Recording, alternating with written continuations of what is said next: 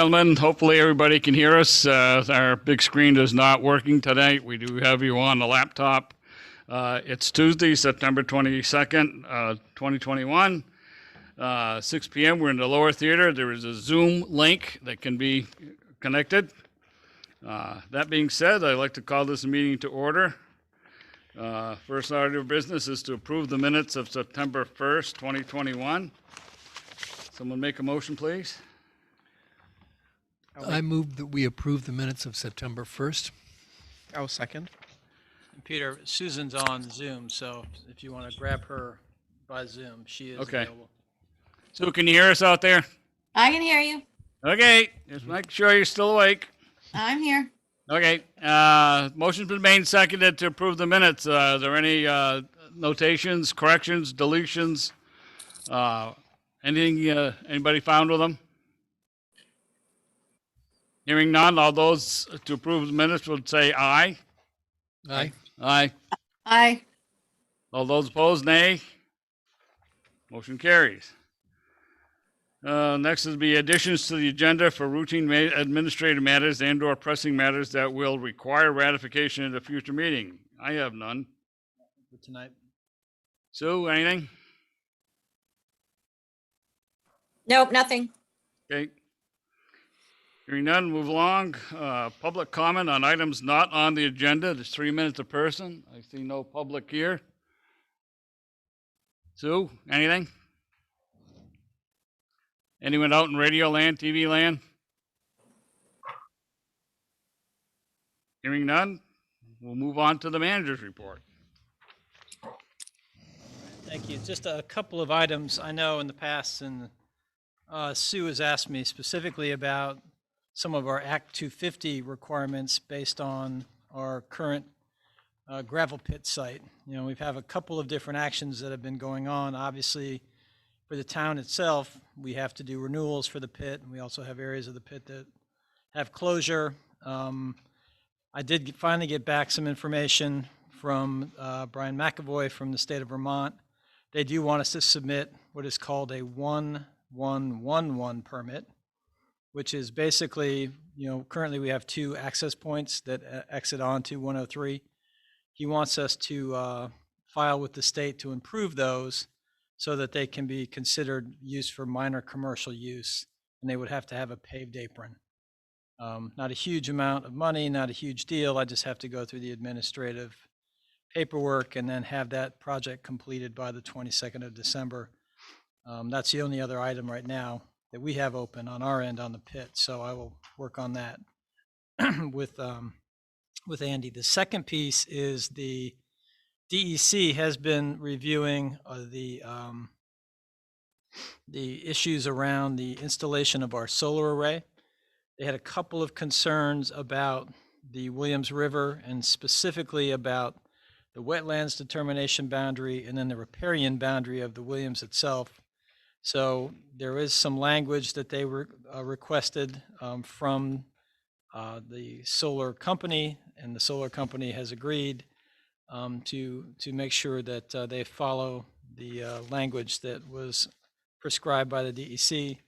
As soon as that comes through to me in updated documents, I'll sign those, and then we'll be able to at least get that lease portion signed, which will trigger the terms. So there'll be a payment involved, and then I'll give you some sense of a schedule for construction. So not yet underway, but close. So at least we're through all of the environmental and administrative type reviews. And I guess, Sue, is there anything else that you had concern about with the pit itself? No, just that to make sure that we're not doing something that our Act 250 permit or renewal isn't allowing. So as long as they're okay with it, it's fine. Okay. So yeah, that's just an update for that. So that's it for now. Okay, before we go on with the agenda, I noticed you got a couple of items in here. One for a truck from Patriots Western Star and one for... That's all part of a handout that we'll discuss under the finance update. So that's just some additional information. Plan to take action, it's not on the agenda. No, this is just informational for the board. And I just want to make sure we didn't meet. I need to walk you through a few things as we've been working through our finances. Yeah. This came up as part of our reviews. I just didn't know if we need to make an addition. No, before no, we I'm not go. asking for Okay. anything tonight. All right, moving on to the agenda. Approval for alcohol on municipal property. It's a notice in your packet. It's for the fundraiser for the Fireman's Memorial. So basically, this was a request that, they are having the premiere of the Fact TV presentation for Call to Duty, and there'll be 2 showings on Thursday. As part of that, they wanted to have the ability to serve alcohol, so they could use that as a fundraiser as well to help with some of our expenses for development of the park. As you can see, it's moving along, and you can see quite a bit of the physical improvements have started to take shape. So I know it was a short notice, and I appreciate some of you getting back to me so we could get this underway. And now I just need a formal resolution from the board so that we can have it in the minutes as an action that the board took. So somebody want to make a motion to approve the application? I'm glad to do so. I move that we approve the application for use of alcohol on municipal property for the Call to Duty event, and that has been submitted by, I guess, Sean McGinnis. I'll second. Motion been made and seconded to approve the application for the Bells Falls Firefighters Association Call to Duty premiere. It's a fundraiser for the Fireman's Memorial. Are there any further discussion? Hearing none, all those in favor would say aye. Aye. Aye. Aye. All those opposed? Passes, I'll sign this.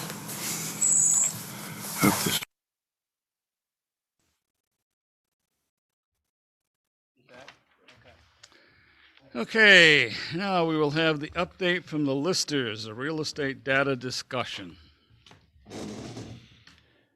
Mr. Noble, you have the floor. There's a button down there. There you go, you're lit up now. I need training. So here you are. I'm going to hand these out first.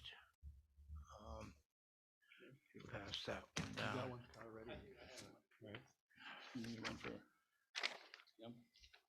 It's up to you There you go. guys. I got thousands of them. First, I want to bring up a couple of administrative points so that if people ask you what's going on, you can explain it.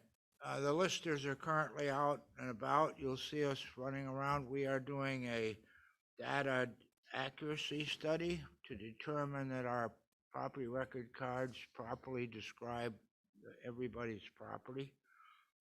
That's a forerunner of our second thing. We are working on a decision as to whether to or not conduct some form of a partial reappraisal in view of the changes in property values.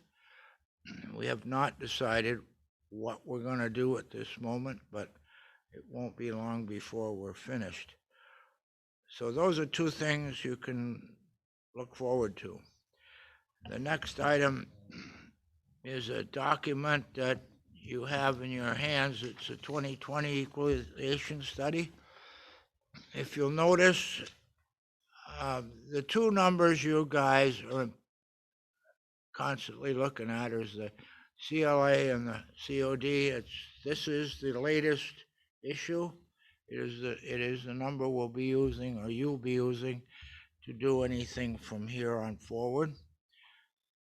If you look at that, it's very interesting, and we'll get into the effects when I talk about the next document. But we're holding at 95%, 95.5% accuracy with our listings.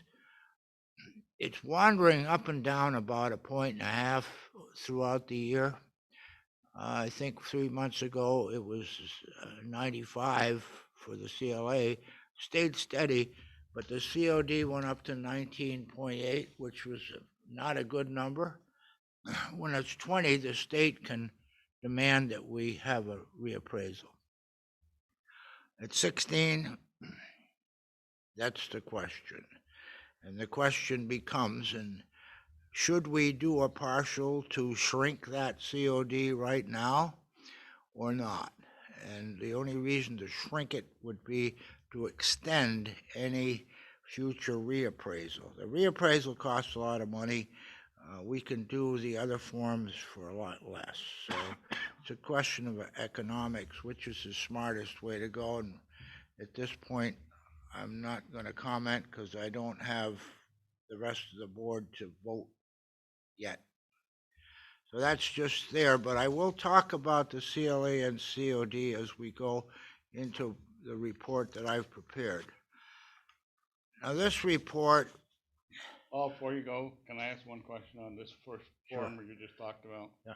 I noticed the two numbers are different. One's at 457, the other's at 478. where are you? Is there some, on that front sheet you started talking about the equalization? I think study? you'll find one is real property and one is the personal property. Oh, okay, I just wanted clarification on difference. Okay. And Paul, one other question. Can you explain the COD, the coefficient of dispersion? What Yep. does that mean? Okay, the CLA, first of all, is a measure of how accurately we are listing property for tax purposes versus the sell price that we receive in the market. That's the first one. The COD is how far off of that line do the sales fall. Most people don't understand that when you look at a CLA, it's a median number, meaning it's a calculation of a median. What happens is there is no market value as $10. It's a range. And the COD describes the range. So when you look at the median, you're going to have, in this case, a 16% variance up and down past that median. That is the market. So you don't have like a can of peas is $1.36. Because if you go through a store and you look at the different brands of peas, you may find one is 95 cents and one is $1.50. So the median would kind of indicate, well, of all the peas in the store, this is where the center is. So that's all I did. Well, that's the critical one. To us, that's the dangerous one. If we go off assessments too far and we have enough sales, they can swing that, and that's what's happening to us now. It's going up and down 1.5. It'll swing that 1.5 3 times a year. We calculate it 4 times a year. Every quarter, we calculate the current CLA. At the end, April 1st, or aimed at April 1st, is what we use, or you use, to set your tax rates. But don't get the idea that houses sell for exactly that number. You may look at the sales and never find the CLA number in the list. It's an interesting thing that not many people understand. The calculation of the CLA, when you get all through, you divide by the number of sales, and the division is n minus 1. And nobody understands the minus 1. The minus 1 is the CLA.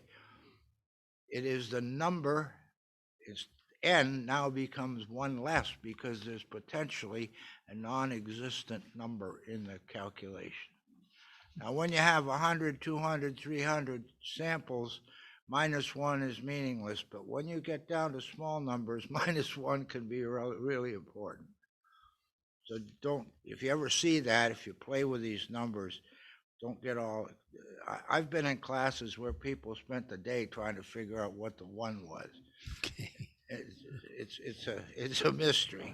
Thank you for explaining that. Okay, now you want to go on to the document I just handed you? This has been rewritten about 4 times for various reasons. The reasons were that I was asked to supply an overview of the market in detail. That would take you 3 to 4 days.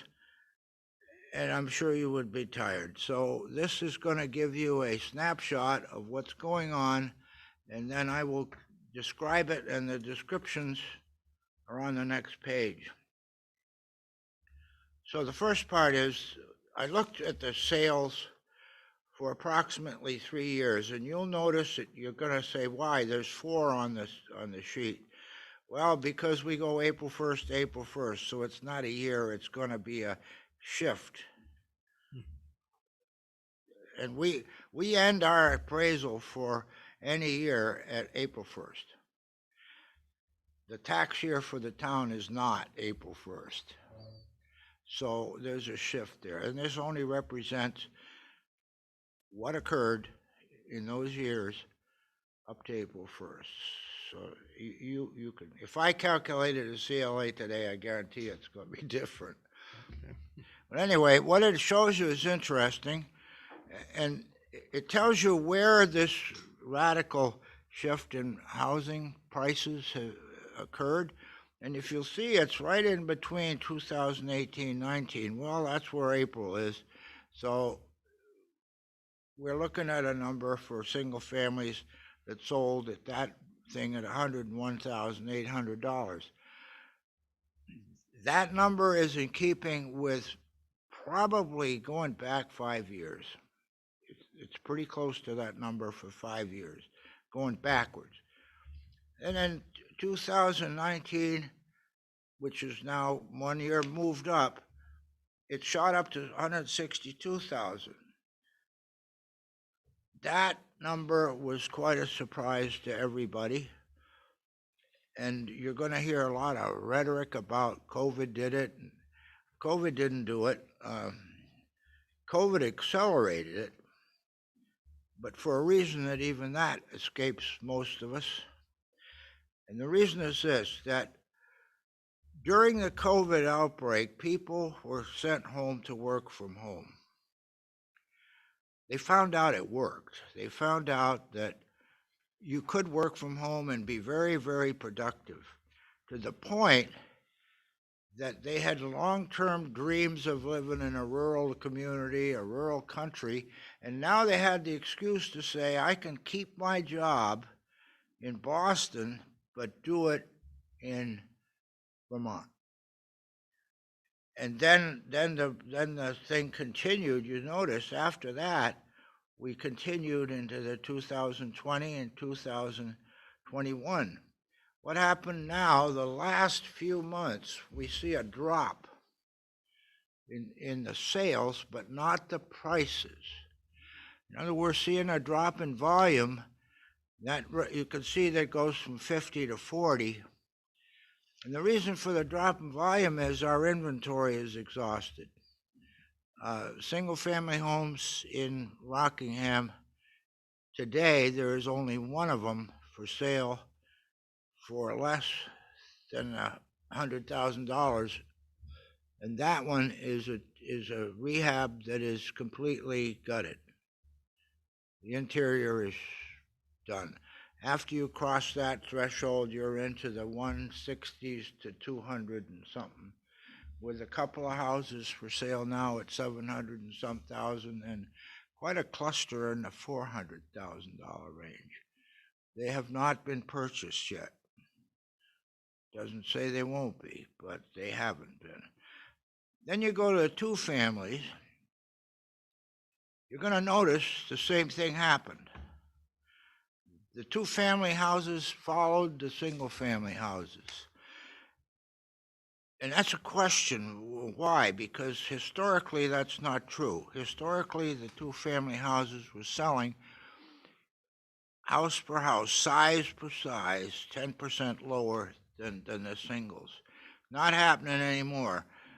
The asking prices are much higher, and the prices they receive are higher. So you follow that a little further, and what happened is very interesting. If you look at 2020-21, which is the big years, the sale price, the median price, didn't change much. So you say, what happened here? Well, what happened here is of the 10 that sold in those 2 years, 7 of them were converted to single-family houses. They discontinued renting the second apartment.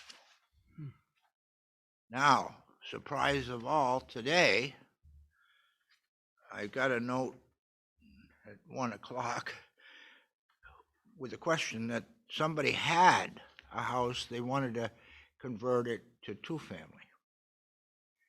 But I know the building, I think it's going to be a single person, probably a school teacher type person who will live and work in the village that this occurred.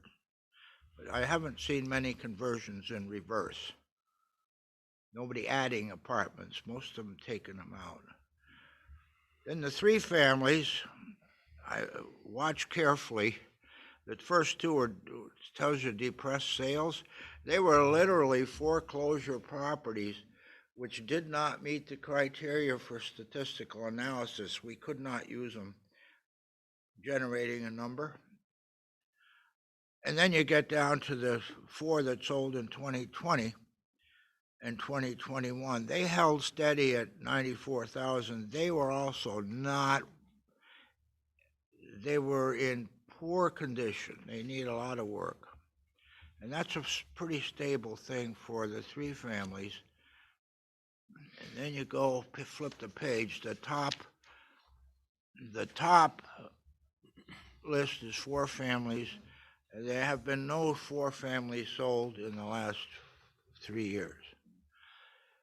There's a reason for that. I've talked to some of the people who buy these things. Quite frankly, they are not happy with the rental business, and they're not investing in them.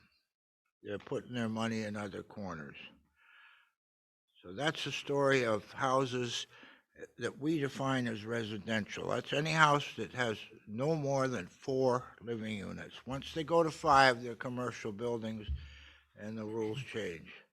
At this point in time, there have been no sales in 5s.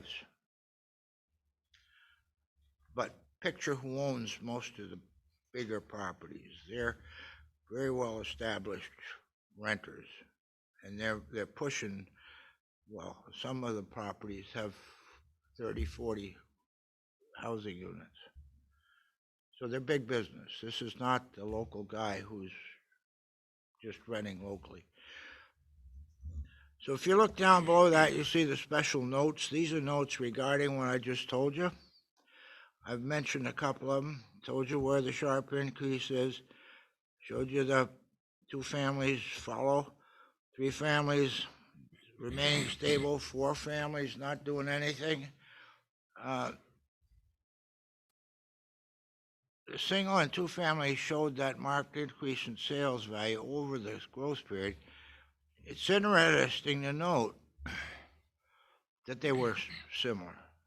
It kind of tips me off because if you wanted to play with it, you might just transition those 2 families into the single family class, but we classify them as to what they were the day they were sold. If you change it the next day, then it would change for next year's grand list. So I think you're all aware that we live around April 1st. Deadline. The rest of it, we just survive. I showed you that in 2020 and 2021, we're having this break point in the sales volume and not in the price. That's caused by dramatic shortage of houses on the market. That is not unique to Rockingham. That is happening nationwide and particularly statewide. That there is a shortage of single-family houses. It goes one step further when I turn the page, so we'll talk about that in a minute. The real change we've seen, A, is high-speed internet. Talking to buyers, they will tell me, if it doesn't have high-speed internet, I won't buy it. It's that blunt. It's just the end of the story. If it doesn't have high-speed internet, I'm not going to buy it. I just reading all those responses, I think it's very interesting that the responses that came back negative. like a Oh, rail you've service, gone you ahead of know. me now. Mhm.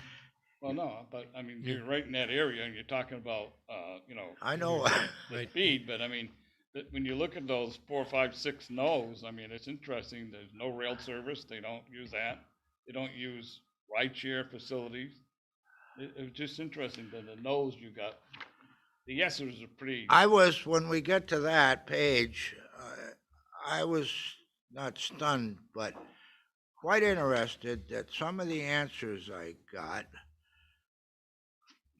quote unquote, fell off the table because everybody else was telling me that's not true. And all of a sudden, when you add them up, yeah, sorry, it's happening. Mhm. And the other thing to the internet is go to the bottom paragraph. The current marketing technology that's being used is so different than it was back 10 years ago when I was in the real estate business and I was a broker. And what happened was we were putting ads in magazines, ads in newspapers, and now there are ads on this thing called Zillow, and there's two other companies that expose everything we have to the entire United States and possibly greater area. We're getting offers sight unseen from California. We're getting what appears to be an auction instead of a sale. And frankly, to some degree, it's illegal. I mean, when you get an offer, you're supposed to hand it to the owner right away. So how can you hand them 3 or 4? Well, what happens is that the Zillow, they don't tell you who's selling it. So what happens is one guy sees the ad, the other guy sees the ad. They look on the internet, find a local broker, not the same one. They give the offer to 2 brokers, and the 2 brokers present it to the listing broker at literally the same time. And if you don't know that's happening, if the guy comes in with the first offer higher than the second guy by $1, the seller has the right to choose who buys. Once you go over the asking price, he can pick, and that's what they're doing. They're sitting there waiting. Now I'll think about it.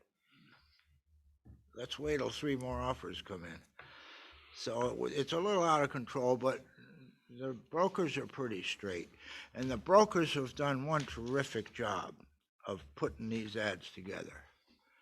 Their ads are generally written by somebody who has really spent some time with the building. They may have even already had a building inspection. So they're pretty accurate in what they describe to the public. And they actually now give you drone pictures cruising around the neighborhood. They go in the house, you walk through the house, they prep the house, they clean it up, it looks beautiful. Super marketing. So now you turn to the next page. This is, I think, Rick, you triggered this. Okay. This is rental housing. And so we have a list of rental housing, which tells us the house, the number of units, and where it is. And so it will tell you here that we have a total of 1,100 and some houses, or rental units. In other words, if you've got 3 apartments in a house, that's 3 units. And then you move forward, and Saxon River has 71, rural Rockingham has 47. We think that number is pretty accurate. There is a problem. We don't know how many units are 3 bedrooms or 2. We haven't. We're getting there because we're gonna find out, but that's a mystery because we've looked for houses that a family wants, apartments they want. If they have children, they like 3 bedrooms. They have a girl and a boy. and the parents. So they really like to have 3 bedrooms, 2 bathrooms. If you look carefully, that runs to be a house about 14 to 1,600 square feet. And that's, we can guess by just telling you by the size. There's correlation between floor footprint and the number of rooms and bathrooms, et cetera. There's really solid correlation. We can't talk about that much more. You ask a question. Yeah, I answered you this afternoon. right. Can I move to another question? Sure. So, you told me that most of the single-family sales are happening in rural Rockingham and Saxons River, the vast majority. Correct. Okay, those two areas lost 8.5% and 15.2% of their population over the past 10 years. Probably. So can we infer that the people who are buying these houses don't have kids or are retired or, I mean, because with the population dropping and the number of sales going like this? I haven't checked that, but I think your inference is pretty close. Okay, so I'm wondering sort of what that means as we try to make our community more attractive to young families. Are there any levers we can pull? Or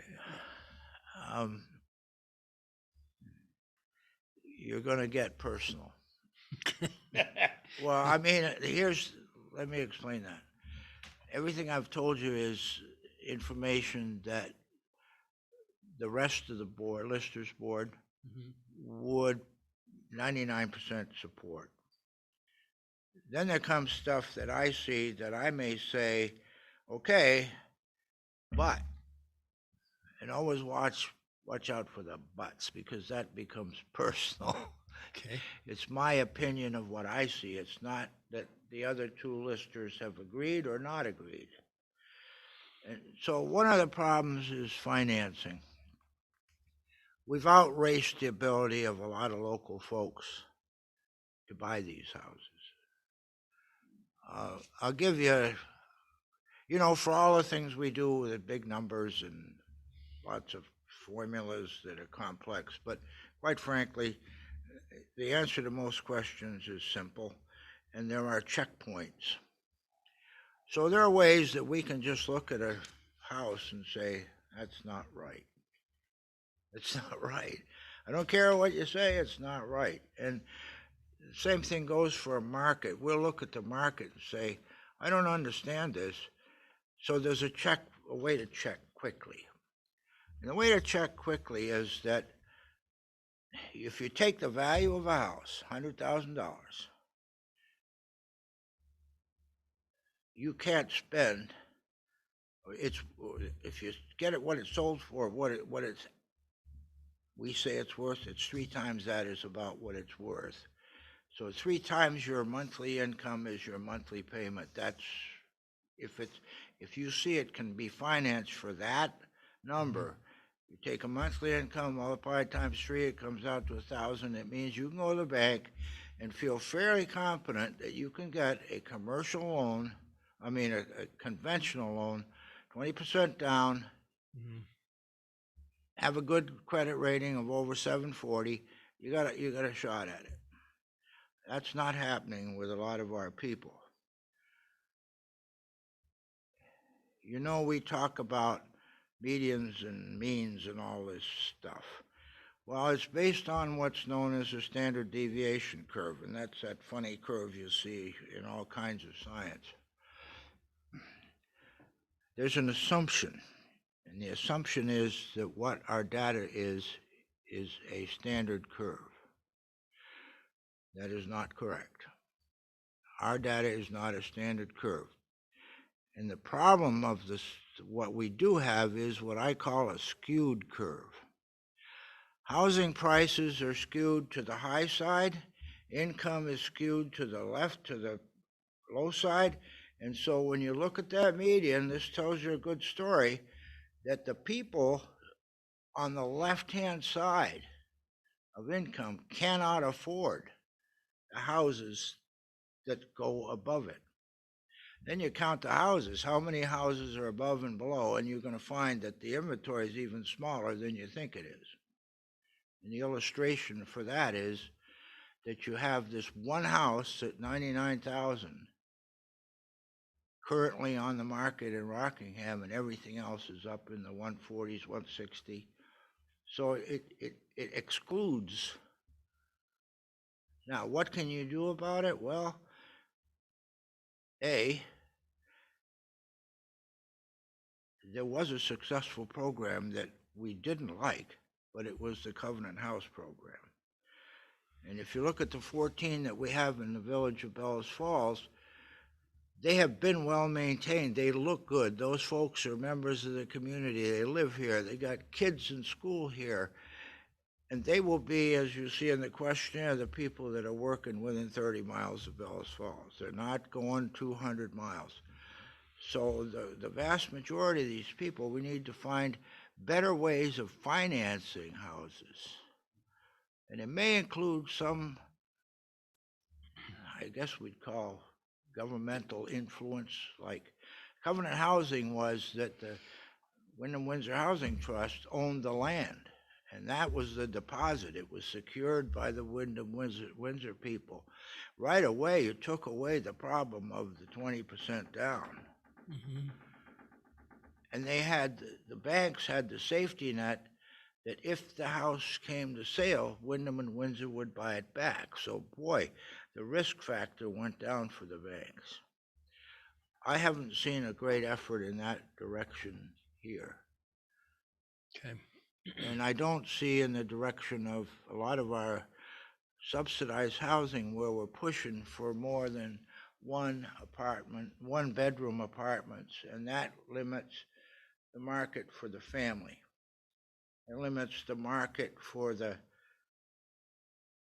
young upcoming person. Okay.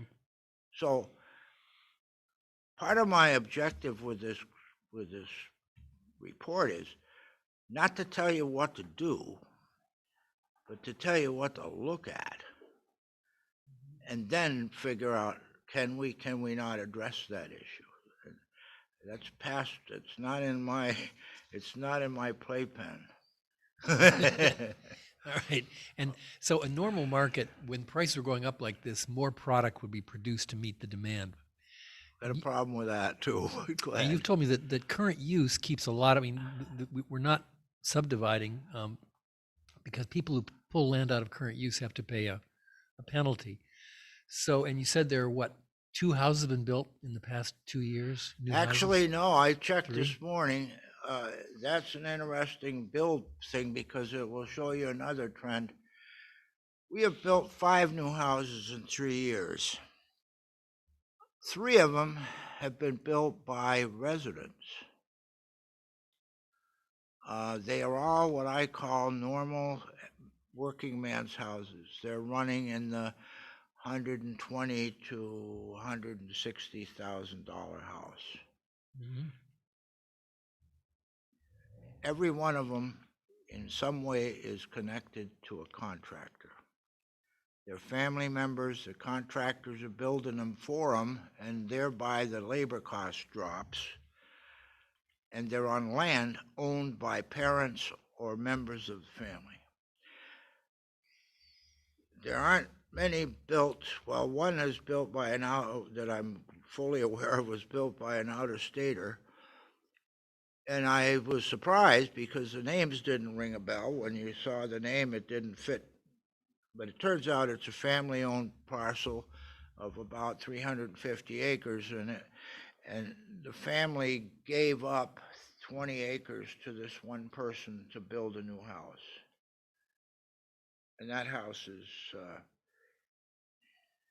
essentially in the $800,000 to $900,000 house. Wow. It's amazing, and it was built with cash. No fooling around with banks. Just build it. Must be nice. But that happens, and it's not uncommon, because out-of-staters who I've talked to come in having sold a house in the suburbs with the dream of living in Vermont, a quaint little place. but they sold a house that would cost $500,000 there. They can buy it for 250 here. So they actually have, first of all, they have incentive tax-wise to put the money into another house, Within home, 2 years, right? home. Yep. And secondly, they want to go to the country. Now, some of them are going to leave. They don't like it, but most of them are going to stay. What you get is on the transfers, we get a note that says, what are you going to do with it? And it's permanent residence domicile. There is a new trend. I hadn't seen it at all in 14 years, and now it's getting common. They're buying it in a future use as investment. They'll call it an investment. Now, they're not going to live in it. And I've talked to those folks. Depending on your tax accountant, there are some breaks to call it an investment. Put it into a personal LLC. You can now depreciate it, which you and I can't do at a domicile. And you hope that it's going to accrue more money as time passes. So there are those folks that are pretty sharp, and they're using it as an investment. And you ask them why, and they say, because I'd rather take a 3% gain on growing this house than a 0.01% gain in my money in the bank.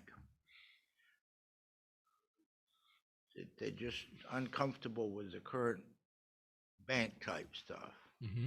And stock markets scare some folks, and so they don't go there. Terribly. So it's happening. All right. Well, That covers basically that stuff. The questionnaire, this is your homework. Because if you notice, I ask you to take it home, fill it out, and bring it back. The questionnaire is on the last page. The answers that I gave you on this page is just a selection. But my goal with this was I sent it out to about 50 purchases over the past few years. I wanted to know what the mentality of the buyer was.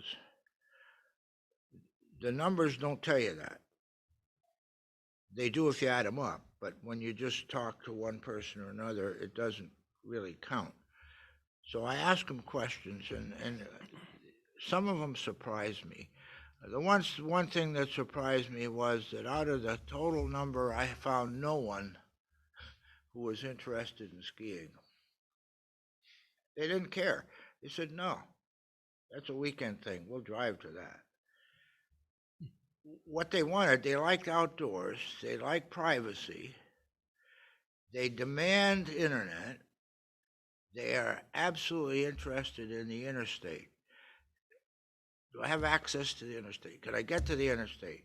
And what's that for? Well, my kids live in Connecticut. They're going to come visit me. I want a direct way here. I want to go see my kids. I want to get on the interstate and go down the road. The interstate's critical. And some of the folks who tell you they work from home or within 30 miles from home have jobs that require them to travel.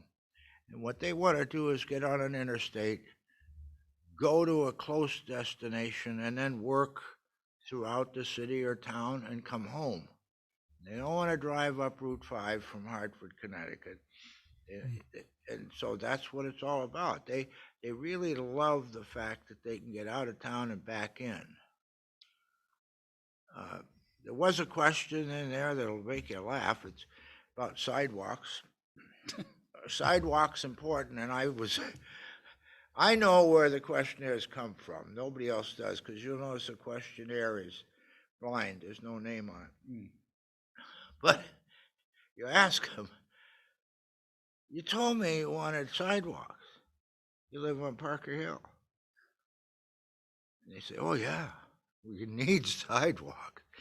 And the trick was that a lot of those folks have been here in the winter. They don't want to walk Parker Hill in the winter, because when a snowplow comes up the road and they're walking, this is terrifying. And so they get in their car, come to Bells Falls, park in the parking lot, and they walk a loop around town, and they stop and get a cup of coffee and take a break, and then they go back to their car and go home. And they want sidewalks. And a lot of the older folks Mhm. find it easier to walk on sidewalks than on a dirt road. Fascinating. But I said, you want sidewalks? And the answer was, yeah, absolutely. I want sidewalks. So that's a plus. And then that relates back to the guys buying two-family houses, who all of them are in Bellows Falls Village. Their comment is interesting. We think of Bellows Falls as a kind of a central hub for this. It's the city of Rockingham, right? They don't do that. Bellows Falls is a rural community. It's out in the country. They have a different perspective. It's not traffic like we have down in suburbia. But it's rural. Mhm. You can see the trees. And surprisingly, they like the idea of being in closer knit groups, and they're usually older folks. Mhm. They're also the ones converting to single family. Hmm. And they're saying, no, all the extra bedrooms are for the grandchildren when they come to visit. These folks have done their homework. Yep. And what we're seeing here is occurring, at least I know as of today, but they're occurring in California. They're bailing out of California for the same reasons.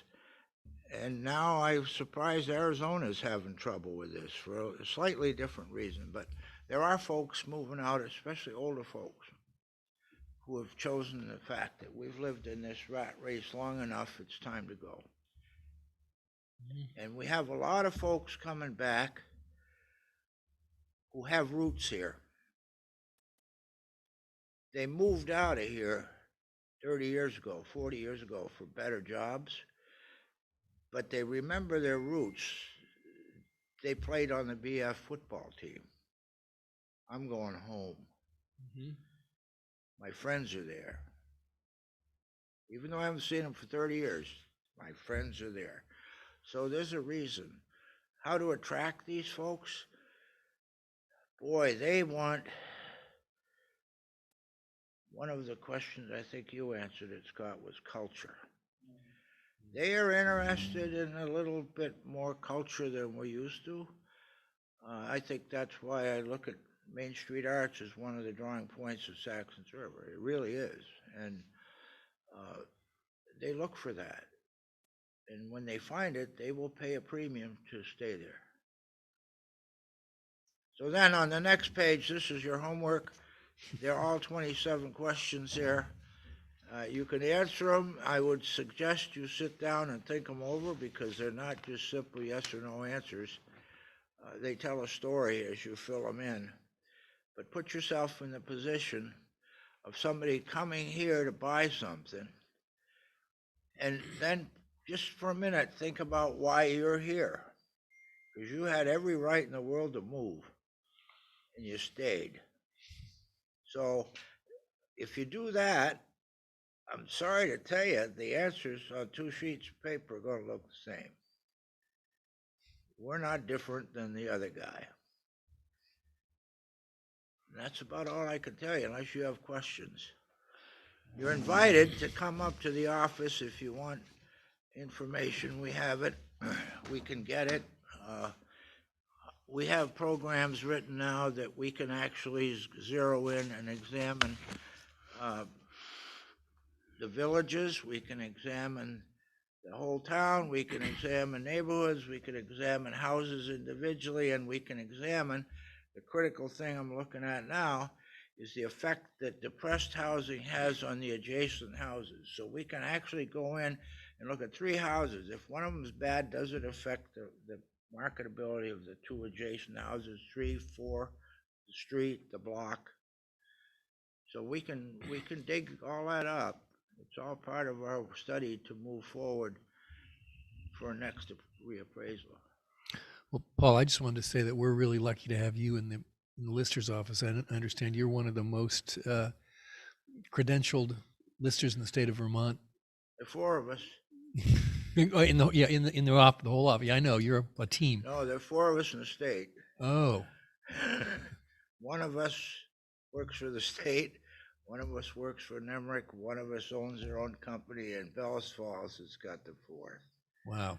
Okay, well, we're grateful for your, and I found this report really interesting. I was going to just say thank Paul for thank you. this. It's very informative. Mm. I know he likes to ramble, but when you ramble, you get a lot of information in between that you think you want to ask, and he's already answered your question before you get there. Exactly. And I think this information here is really important to look at, because that makes you think of, as the question comes up, well, how do you attract people here? Well, then when you fill out the questionnaire, some of those answers start to become more clear and relevant to you. Instead of spending money on this, that, and the other, maybe we're looking in the wrong direction.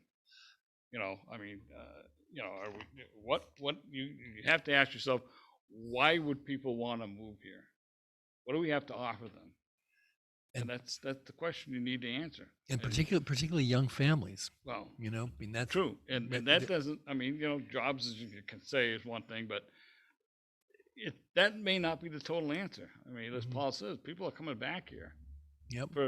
Because of the thing, and it's a rural area, and that's what people have done, headed the rat race. I mean, I wouldn't go to Boston. I wouldn't go to Boston when I was driving school bus. No way in heck.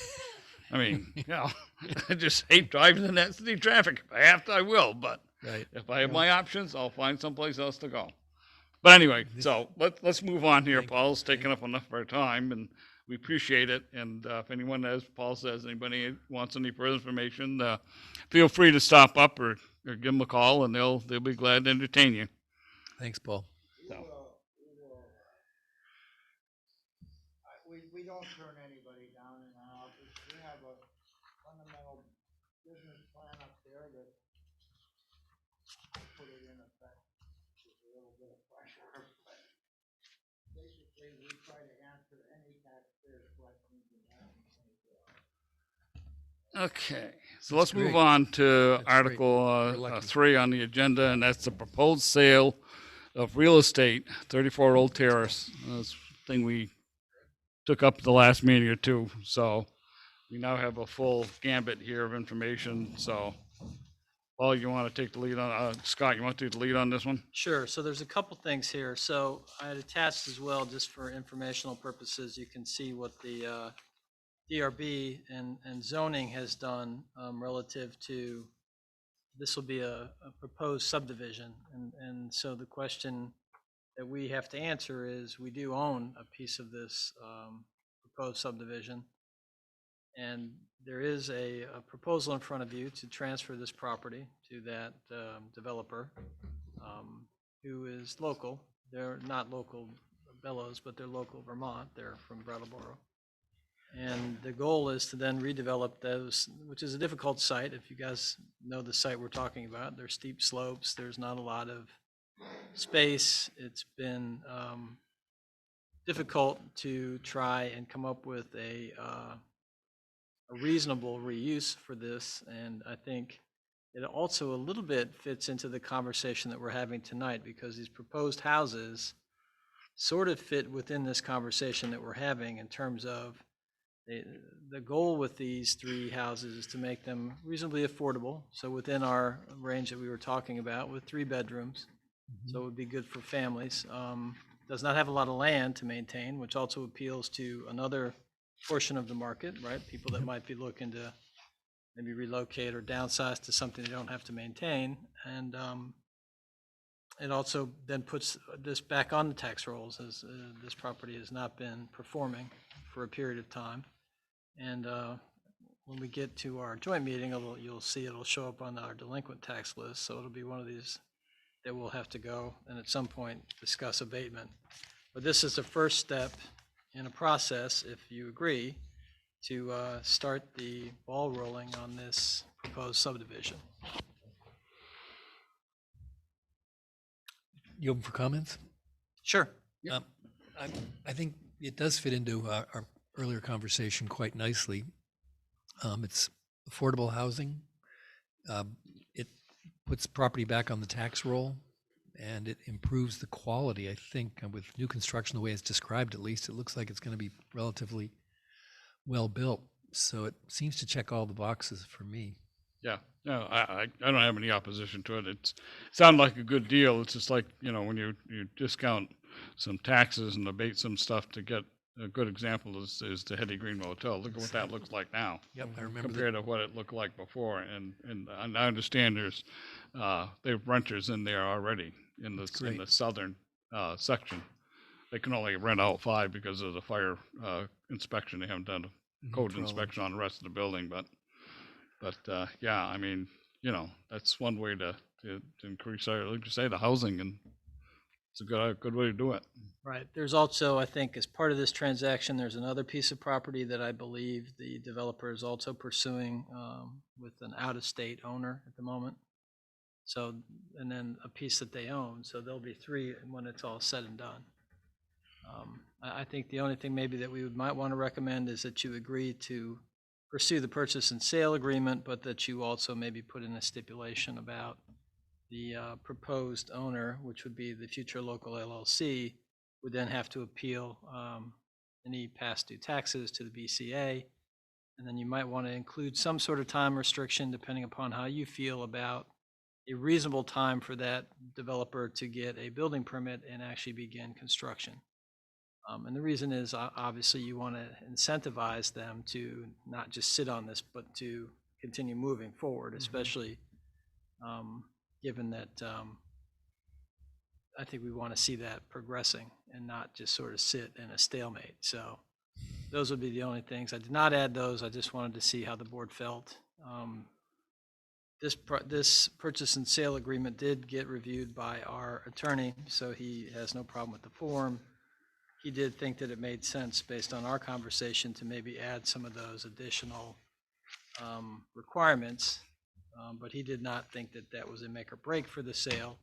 He just simply thought that that would protect the board if there was any criticism or opportunity for people to to come back and say, well, we didn't improve the situation, it remained as a, an undeveloped piece of property. Mhm. Did I see a 2-year period was suggested somewhere as the time you might give this guy to have begun construction?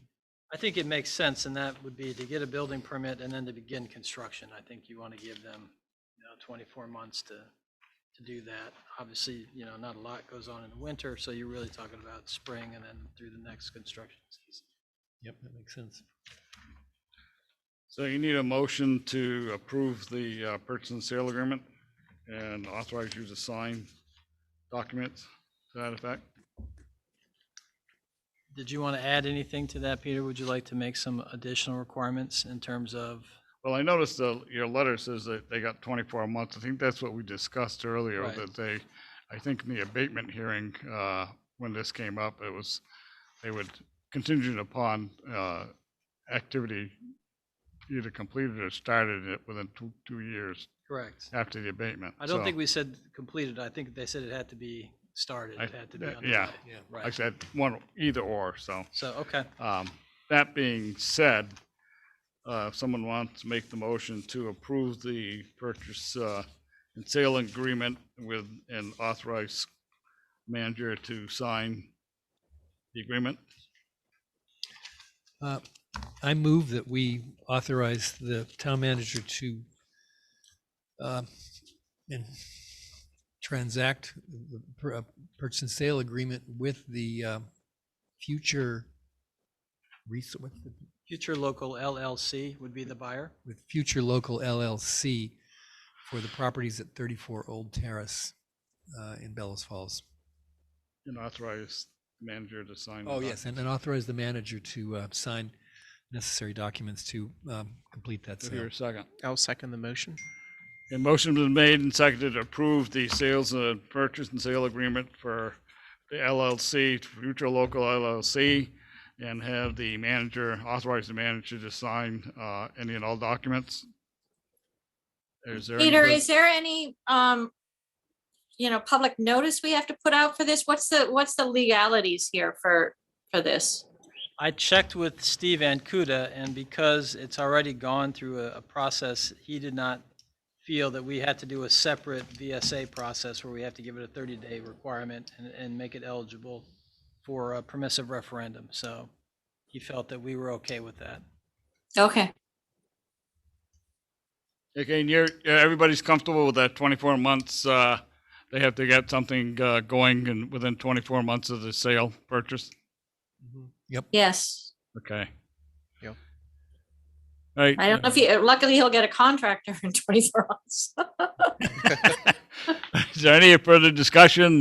Hearing none, all those in favor would say yeah, aye. Aye. Aye. Aye. All those in opposed, nay. Motion carries. Okay, here comes another fun article. Article 4, addendum to RED lease for BFOH, it's the Bellas Falls Opera House. Operations update, Bellas Falls Opera House. So I guess we've been working with RED and we're implementing some aspects of operations that we had discussed earlier in the spring and summer.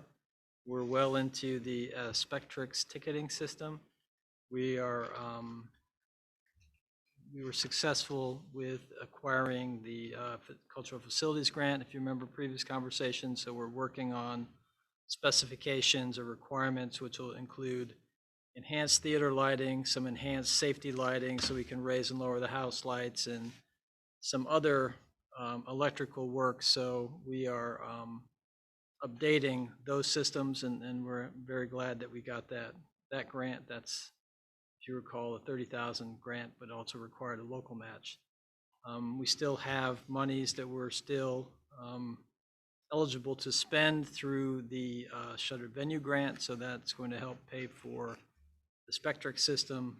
I'm not sure it can be it doesn't appear that it can be used as our match for the cultural facilities grant, but I'm going to double check that before I give you a final word on that. I couldn't get clarity from shuttered venue, of course, is Small Business Association, and they don't speak to Of course. the folks that do cultural facilities. So I'm trying to get opposing forces. It's like two magnets, right? And they just sort of Yep. do this. Pushing I hear you. So I'm, Government yeah, at work.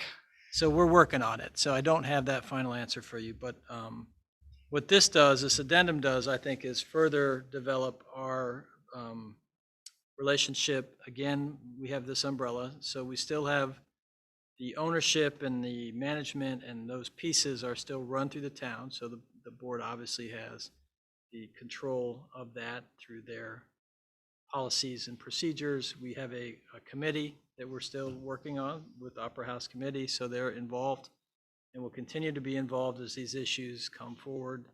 And then really what RED does is fill in for the gaps, because as we talk about government, there are some things that we can do pretty well in government, and there are things that we don't do so well in government. And the entertainment industry and live events and those types of activities are not our wheelhouse. And so I rely upon the folks that RED and their management experience to help us bring in the kind of cultural events that we were talking about that people are excited about.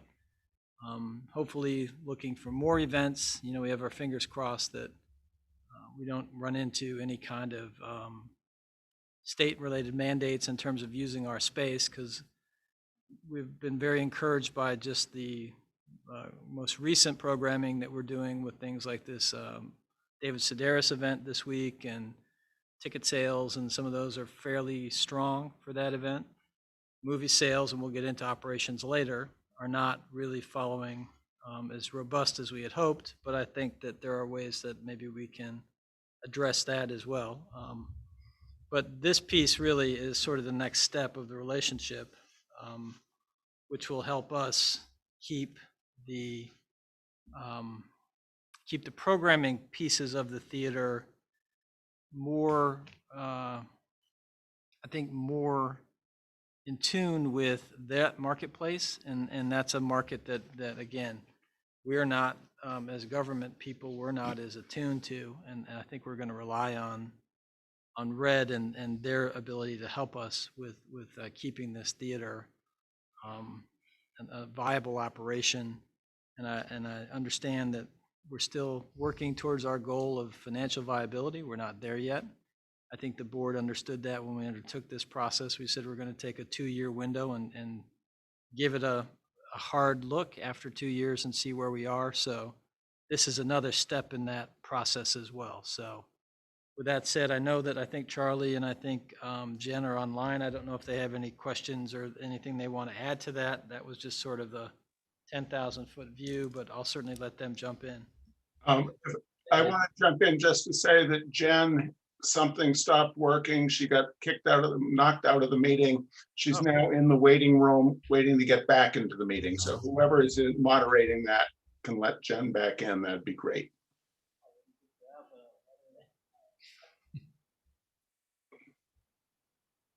Don't you love the technology? Here we are. We're back. There she is. Sorry about that, Jen. I hope that, there we go. She's back in our Brady Bunch box here. So. Brady Bunch. You're dating yourself. I know. That's what it reminds me of every It time does. I It see looks it. exactly like the opening. So, are you guys open for questions, or do you want to say? That was it for what I was having. Okay. You asked them if they had Yeah, I any was just comments, asking, and right. we haven't heard anything, so I was just waiting, because I have a list of questions and Okay. concerns. Absolutely. I'm feeling like we've got a pretty good team in place. We're making progress.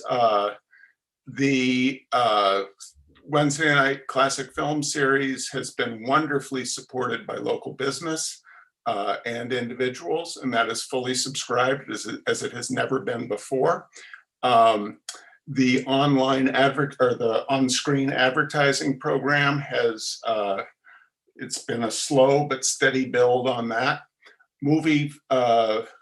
First-run movies are not doing well nationwide, and they're not doing well here. COVID, of course, has continued to throw a curveball at us. What we were hoping to, we were hoping that people wanted to go out. We've got a good house for the David Sedaris show. There's there are another couple of live events, but live events are not at the moment. I don't feel comfortable packing that building with huge numbers of people due to COVID. But overall, I am really encouraged. We've got a good team with Tim and Jen and Sean Roberts, who is doing, who's helping with the live event coordination. I really feel we're poised to move things to a much, to really turning the Opera House into the economic driver that it can be for the downtown. And what Paul Noble was talking about people wanting culture, the Opera House is going to be the driver of that, So it's, and we're so blessed to have Gary Fox having gotten us or whoever is responsible for the shuttered venue grant. I know Gary played a big role in that, and working with Scott has been wonderful. So I'm feeling pretty good about things. All right. Well, seeing as I mentioned, I have some concerns and questions. I think I'll start off, and I'm reading. I went through this about three different. Peter, you want me to answer as you go, or do you want to do your whole? No, we'll take them as we go, Charlie. That's the best way to get them. Okay, as we go. Okay. All right. Jen is here to jump in too. So. Yep, not a problem. Go for it. My first question goes back to what Scott just said. The committee meeting, the Opera House committee has been meeting to go over this arrangement, but we've never seen any notice of meetings. Is there secretive meetings going on, or is not everybody being asked to attend these meetings? I know Ellen's on that committee. She's never received any notice of a meeting, so I wonder who's actually been doing this thing. Well, the Opera House Committee is a committee with the select board. I'm not involved in the Opera House Committee. You'd need to ask Rick about that. Uh, am I the chair? Susan, you and I are both on the Opera House Committee. Am I the chair or who's the chair? That's up to the committee to nominate their own chair. The select board Right. doesn't. I don't know if we went that far. I don't Um, think they have in terms of, there hasn't been a noticed public meeting. It's more been conversations between Charlie and Susan and Charlie and Rick, and then trying to establish how we want to fill in with the committee as we go forward. So you're correct, Peter. We have not had a formal meeting with the Opera House Committee. Okay, so we're being asked to look at a committee, at an addendum here that's been organized by 3 people, basically, instead of a whole committee. Well, But, well, let me, Peter, my friend. The Opera House Committee is supposed to be charged with building out the physical plant of the Opera House. The policies of the Opera House are not the purview of the Opera House Committee. okay, well, I'll leave that where it lies. It's out there now. But on this agreement, bottom paragraph before you get into your numbered items is mentions addendum 4. There is no addendum 4 that we got in our packet. I found, I think is the addendum 4, which is a form that I think you may have made out. It says contract between town of Rockingham, and it says TOR will pay $1 a year. And it's got what either entity is going to be responsible for. Is that the addendum 4 you're mentioning, or is there a new one? Because if there is, Where does it mention the addendum 4? in your first paragraph, actually the second paragraph, you go down.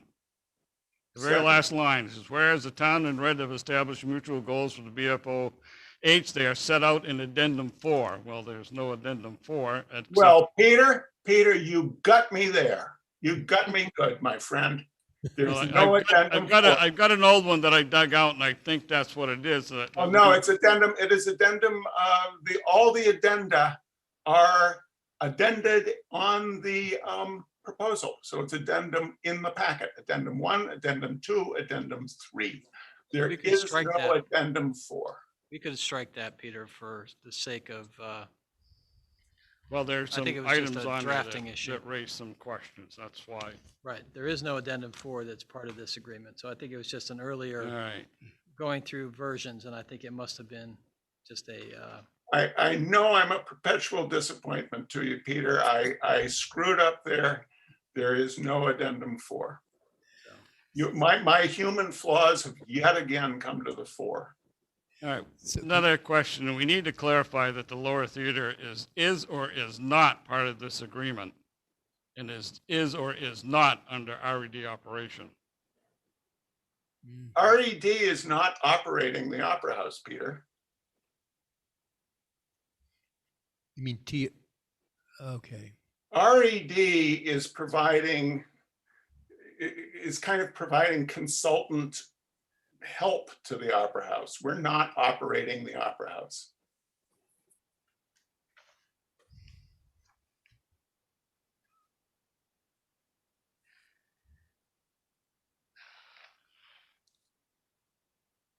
Part of this agreement, though, that it's here is mentions that there is some reference to the use of the lower theater. So that's why I'm just trying to clarify that. Oh, sure.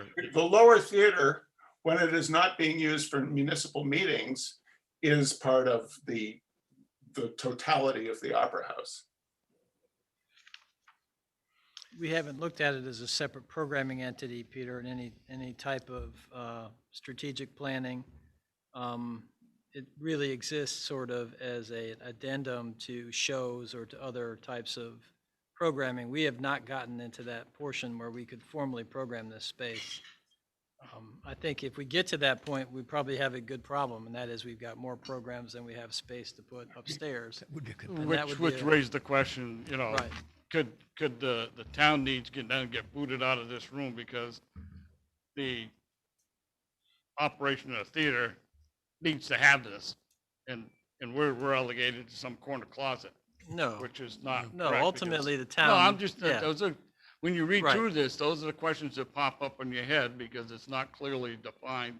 in No, this- I in mean, this for example, agenda. we're still gonna have annual meeting and we'll probably have it upstairs and, Right. you know, and that'll be just a normal course of business. And that's one of those items that's just like we have meetings here and those will continue as a normal course of business. So I don't see any conflict with that. And we'll continue. So if we change our dates or we change our frequency or we change whatever our requirements are, you know, Upper House and Red, I'm sure will be, Okay, so accommodating. the 90-day notice doesn't really apply to this particular room at this current time? Oh, gosh, no. I mean, in terms of municipal meetings, no, it's just if that is, and we can certainly put that in specifically if you want. The 90 Well, I day. mean, it's just not in there and it's not clearly defined, so I'm just trying to Yep. get this Nope, clear in that's our good. head before we, Yep, that's Um, good.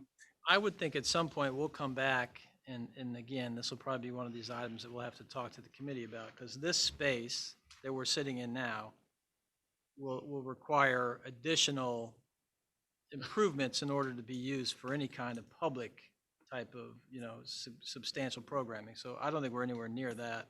I'm still trying to get the main theater upstairs up to no, speed. I with- understand that. I code. know there's, Yeah. there's I several got plaster thousand falling dollars off gotta the be put walls. in I got down things here. that are still happening. So this is a way down the road, over the horizon kind of an issue. Because the only reason I asked is in the past, the lower theater has been used by groups that have leased this. I mean, MSA and their productions have been now using this for their costume changes and all this The- stuff. the green So, room, yeah. you know, Right. that has to come into effect, that's all. Nope. And then, you know, it doesn't mention anything to Bells Falls Village use of of this facility, so. I are think they it's in the included in this municipal as a use. town entity, or, I mean, you know, it's not spelled out, that's what I'm just saying. Sure. Well, any municipal use, right? Because we have other boards that do meet in this building. Now, for the most part, planning commission's meeting upstairs. Other historic preservation, those types of folks are meeting upstairs on the third floor. But if they wanted to use this space, they could certainly do that. You know, we try to coordinate that as best we can. It's not really clear in this document that all revenues generated by movie ticket sales and facility rentals should be paid to the town of Rockingham. Is it in the document somewhere? I understand that the town's operating, but it doesn't really say that the revenue is specifically dedicated to the town. I understand it should be, but I'm just asking the question because it's not clearly stated. I remember we talked about that. The Red doesn't have any entree into the revenue. So why would it be? I'd be happy to put it in the agreement. I mean, but Red is being paid $1 a year to provide consultancy services. Where would it occur to anyone that Red was taking any money from the Opera House operations? And in point 13, it says Red officers, directors, and employees shall not be allowed to profit financially by or from any event in which Red is the promoter, presenter, or booker. Yeah, So so I think that does actually kind of answer Peter's So question. that, I think that addresses it. But I think Peter's right that the town's I mean, revenue it's needs to be. wishy-washy, and I'm surprised the legal beagles didn't pick up on that. I mean, to me, it would seem that they should have, it's a notation thing, but I would think that somebody would have put it in there that the revenues generated with this whole process is still, you know, reverting to the town of Rockingham, And how it gets there, you know. and the deficits, Yeah. both. Well, that's what I say, Yeah. the revenues, yeah. Yeah. Okay, it says in there that RE needs to develop rental fees and ticket fees. What are the fees, are the fees gonna be adequate to maintain, or what happens if they're inadequate? Because right now, we do have a policy with a fee schedule set in it. Towns adopted that as of 2015. I don't know if you've seen that yet. I have. It'll have to be one of those things, if we decide on changes, we'll have to go back through the committee and have a conversation and, Maybe that would be a good agenda item for the committee. right. For the whole. You know, because in the past, there's been deals made and things haven't quite covered. the expenses. So, Yeah, I know. I'm just leery that, now also, Now, wait just a second. What are you leery of, Peter? Let's be specific. well, right now, there's a policy in our books that states how everything's supposed to work in this theater. It was adopted by the select board in 2015. It also has a rental schedule in there. And it says that you guys are going now, RED is going to be able to negotiate rental fees and sticker fees. My concern is that are we going to be lowballing these things, or, I mean, are they going to go by what's there? Do we have a minimum that we're supposed to be getting to do this? I know that we had a problem with MSA at one point when they wanted to do a production here. One of their rental fees were for all the stuff they're doing, their rehearsals, all the changes they made to the stage upstairs and everything else.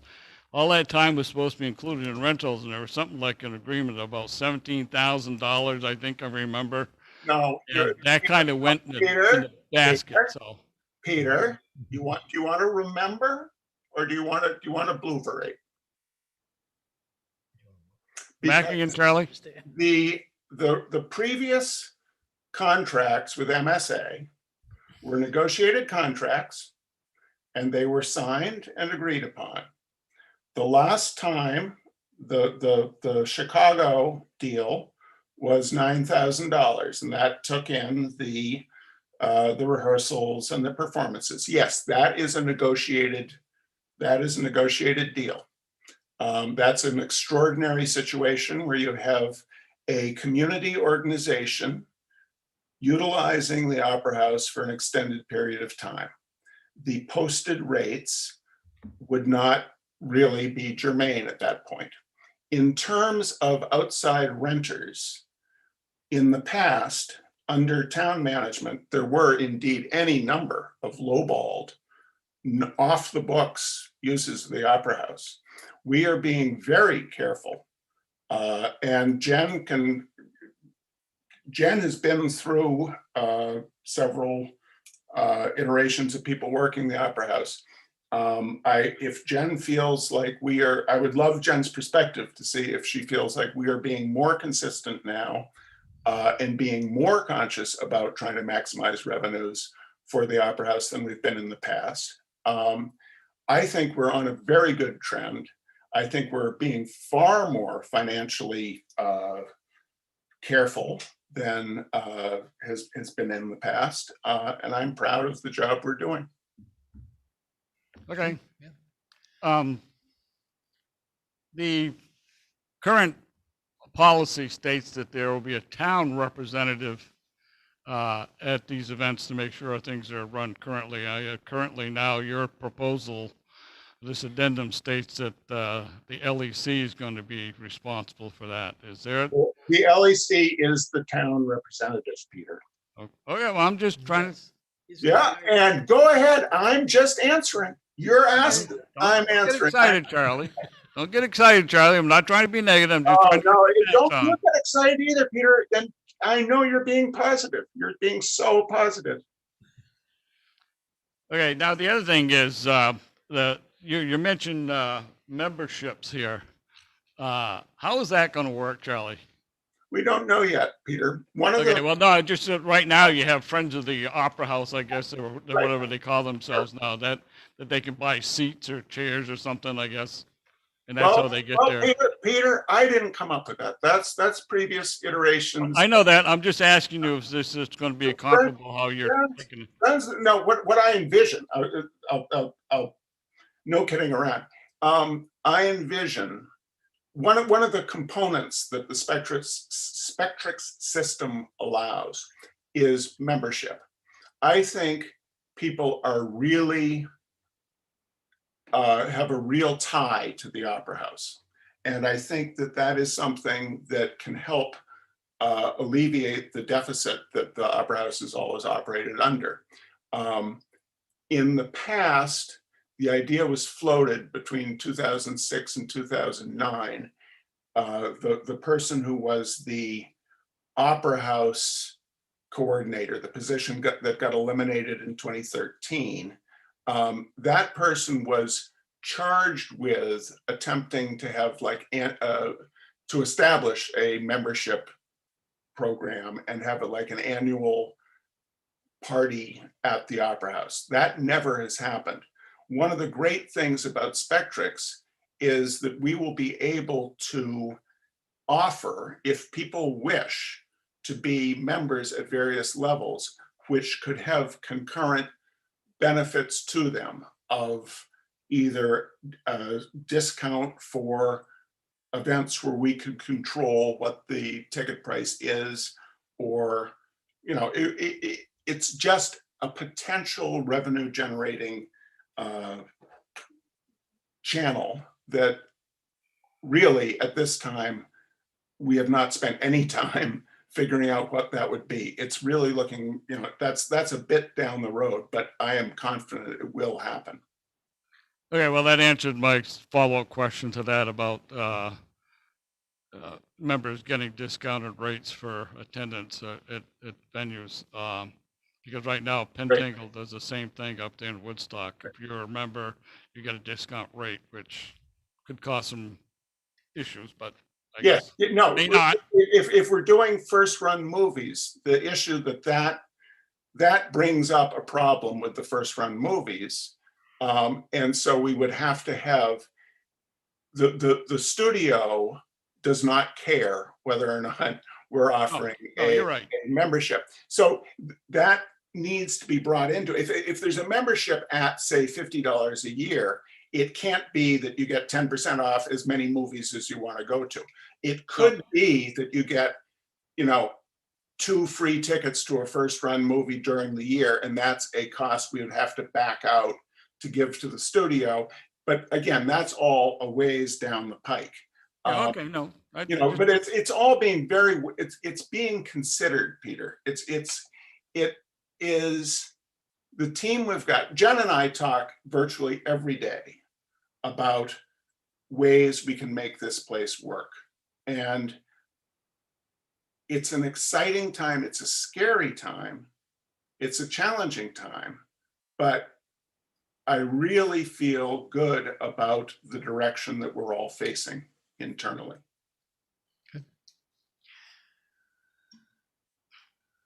Okay, appreciate all your answers, Charlie. One final one. How many keys are we going to be handing out to this building when we get up in operation? I know in the past there were so many keys out, nobody to this building, nobody knew who was coming and going, and then that was further, and it really became a problem when the TV stuff was stolen out of here because nobody knew how they got in, other than the fact that the door was unlocked. So that's a security issue. How would I'm sorry, that's not my wheelhouse, Peter. I can't answer you on that. You'd have to ask someone else that. Why would I don't hire and fire people. Okay, well, you know, it's just a concern that needs to be answered, because I know that's been an issue in the past that, you know, I mean, emergency entrances were blocked. Scott and I have talked about this anyway, you know, after the shows, and the doors were left unlocked and stuff. There, you know, when the show's over, everybody goes home and drops everything where it lay, and there it goes. So I just a concern. That's all. Trying to avoid that in the future. I've got a couple questions, Peter, if you're done. The only this RED 4 addendum 4. The only thing I had the question on, I was not very comfortable. There with. Isn't an addendum 4, Peter. I know it. I know. Scott says they're going to drop that, but just over a future, if you ever get to that point. What point? If we ever get to what point, Peter? The goals there, number 9. Is it in this agreement? Well, I don't know. The agreement starts off saying there is an addendum, but then Scott said there's not one, so it's being dropped currently for this discussion. So, but on that, if you read the old one that was handed out. Peter, why, if you're concerned about time and things, why are you bringing up an addendum that isn't in the agreement being voted? because the addendum starts off mentioning there's an addendum number 4, and they want us to approve it. Wait a minute, No, Charlie, let me Peter, speak. wait a minute. my Charlie. friend, Wait, oh, Peter, Charlie, let me speak. You're Oh, not Peter, listening to what I'm trying to me- tell you. you're not listening to what I'm trying to tell you, Peter. I heard what you said. You're asking me why I'm questioning where there's not, I'm questioning about an addendum that's not part of this, but your first paragraph or the second paragraph of the agreement states there's an addendum 4. We But we- don't have one. Peter, we also answered that early on, and I owned it. I said it is my mistake. There is no addendum They've 4. been removed from the. Okay, that was a mistake. So we're supposed to just throw this thing out, the responsibilities for TOR and RED, and the goals is out the door now? Is that what you're just telling me now? So the document needs to be redrafted, right? Scott? No, just strike. Just strike that the four, paragraph, all and right. then you still have 3 addendum. Okay, Right. so strike, Strike whereas, whereas, the last whereas clause. okay. Oh, yeah. That's it. All right. All right, Peter, can I ask a couple questions? I'm done. I'm not gonna press it. People are getting nervous here, so. All right. This is for Scott, perhaps. Can the shuttered venue grant money be used to reduce the operating deficit? We can pay some operating costs with that, including some of our salary costs, so that can be an offset. Great, that's really good news. Yeah. And you mentioned falling plaster. Yes. Since the roof covers the theater, can we use SVOG money for the roof repairs or not? That's a little bit more involved because of the rest of the facility. We did do some repairs that I believe since the last time we did them, we sealed up some areas and changed a few things up on the roof itself. And I don't think we've had any more water since then. So I Oh, think good. at least temporarily we've solved the problem. That's We great. still need a new roof within the next couple of years. That's going to be a longer conversation at a budget discussion as we get into, Yeah. those numbers are much larger than, but right now we don't seem to be getting any water. And so I think we're okay. Great, thanks. Okay, so Doug, did you have anything you wanna mention? I don't think so. I guess the only other piece, Peter, I'll bring up is we have been, Charlie had mentioned, we're trying to track some of our performance just to see how we're doing with our current operation. So we're not at break even. We're, again, running a little bit of a deficit from our current, this is, I think, current up through, Charlie, what movie did this one end at? Was this up through the Black Widow or was it past Black Widow? I don't remember the spreadsheet, how far we went. I don't actually remember off the top of my head. I can give you what the average attendance has been, for, it was per month going from through July, I believe. Right. I've got pretty good total box office, and it's continued to lag.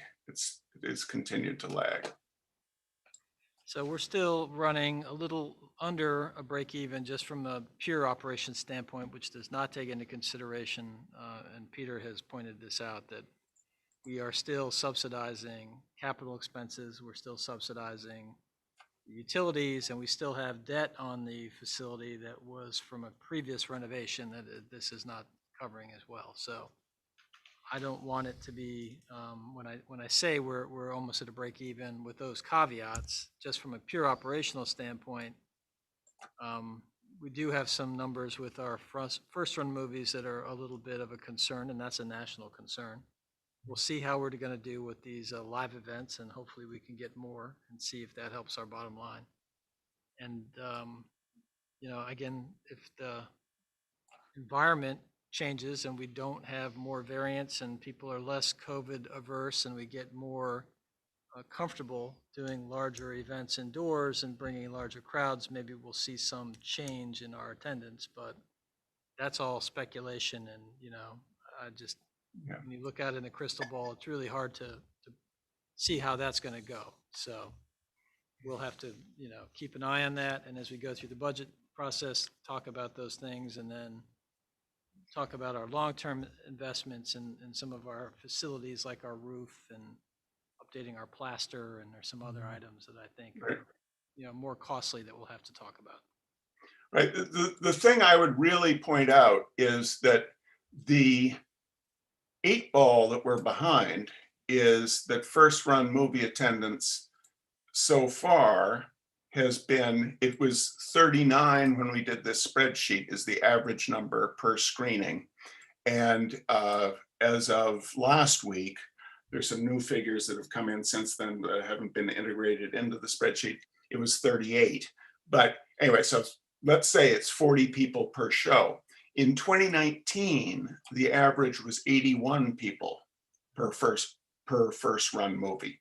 The classic films have pretty much stayed the same, but it would be a mistake to think that you could change programming to just be classic films because there's a limited, it's not going to be like 66 people are going to show up at classic films if you had 8 classic film screenings a week. The first run movies have more juice, but the numbers have fallen off. Basically we're at half what it was 2 years ago. And I believe the figures are nationwide. Basically we're at the attendance is at about 60% of what it was. And the problem is that the studios have all moved to streaming within either simultaneously or a week or two after a movie's been released. So, the world is changing, but we are giving it a good shot right now. And I really want to shout out to Jen and Tim and the team that they are, they're trying to be really careful about staffing and, inventory management, and everybody's doing a really good job. Good. Great. I have a question. Go ahead. For our budget, we'd carried over some funds that were left over from last year's budget for a limited amount of time. How long do we have before that runs out, and where do we Well, go we had from there? 60,000 that we had carried, and if you can, just looking at the spreadsheet, we're still not through that. So we're not blowing through all that money with revenues coming in. And we still have shuttered venue grant money as well that can supplement that. So I think we're fine for operations for the balance of this year. Our big decision points are going to be the lighting package and how we fund our portion of that, and then any other capital work that we see, like the roof, if we have to really look at that as a 2-year project and try to accumulate funds over a couple of budget cycles so that we're not looking at a staggering tax rate that people might get angry or upset about. Is there a limit to the time in which we have to spend the shuttered venue I money? believe it was up through 23. So, Okay. And has the yeah, money actually hit our account yet? some of it has. Okay. Do you have any questions or anything to add? No, I'm all set, thanks. Okay, so are you looking for action tonight to approve this amendment? With that line struck about addendum. The 4. final whereas, if you could remove that, yes, where it references addendum 4, I think the rest of it would stand as is. And I also want to note that we should have a meeting of the Opera House Committee, and I think the first item on the agenda, including everybody that's on the list, and the first item will be sort of review of the rates for different kinds of uses, right? Is that something we've talked about? Do you have a current copy of that? No, I'd Sure. like to have one. Would you like one? Yeah. It's on the website then.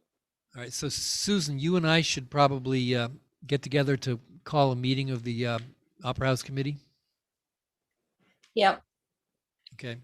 I'll email you some ideas. Right here. So I guess we'll need a resolution for the red lease.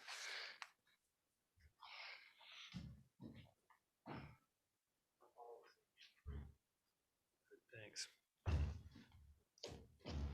So, that being said, I guess we need not guess, we will need a motion to approve the addendum we have in front of us and authorize manager to sign said document. I move that we approve the management agreement between the town of Rockingham and Rockingham Entertainment Development, or RED, as edited in this way, that the addendum for the last line in the paragraph, leading paragraph, which should be struck, as there is no addendum 4. But otherwise, I think the document stands. I'll second. Any further discussion? The motion's been made to approve made and seconded to approve the amendment addendum that we have here in front of us. Any further discussion? Well, here's one thing on a lighter note than what we've been talking about. Can somebody fix the arm on the one chair upstairs that falls off at each showing daily? All right. We'll put that on the list. I'm sure yes, we can do that, Elijah. Okay. Do you happen to know what seat number it is, Elijah? I have no idea. All I know is that Okay. each time that I sit there, I hear the clunk as it falls on the floor. Well, you should know the number. You sit in your seat. Okay, so we're ready for a vote, I guess. As amended by- Okay, hearing no further discussion, all those in favor would say aye. Aye. Aye. Motion's carries. Do you have a paper there to sign, or, I do. all right, well, it's up to you. You can sign it and date it. Okay. Okay, moving on. Letter of intent to participate in municipal roads grants and aid program. There's a So letter in your thing there, and Right. Mr. Pickup will explain everything so you don't have any questions. So DEC has a program where you can go out and supplement some of your equipment. In this respect, one of the items that when talking with Andy that he was very interested in was this stone screener, which is used in ditching, which he was very interested in. The state will reimburse you 80%, so they have a listing of our required match, what the estimated equipment cost would be, and then their 80%. So on this particular item, we would be spending roughly $1,180 of local money to buy a roughly $6,000 piece of equipment, which will help us in our stormwater drainage program and our ditching program. So what I need from the board is just your approval to pursue that piece of equipment through this program. And then we will go forward once you agree to this letter of intent. We'll then go through the process and hopefully be able to purchase this and be able to use it as part of our town roads program. That being said, someone make a motion to approve the letter of intent. I move that we approve the letter of intent for the stone screening equipment as presented by the town manager. I'll second. Motion made and seconded to approve the letter of intent to participate in the municipal roads grants and aid program for a stone screener. Any further discussion? Hearing none, all those in favor would say aye. Aye. Aye. All those Aye. opposed, nay. Motion carries. Note of interest, Charlie and Jen, if you're still there, I just want to appreciate your time tonight. Didn't mean to get you too excited. Just trying to answer some questions. Okay, item 6, finance update. Mr. So, Pickup, I Thank you, guess. Peter. Working with Cynthia on our couple of items in our equipment budget as well as in our debt schedules and came across a couple of items that I just wanted to walk through with you, just for purposes of your information, and I will share this with Sue and with Bonnie since this came out today.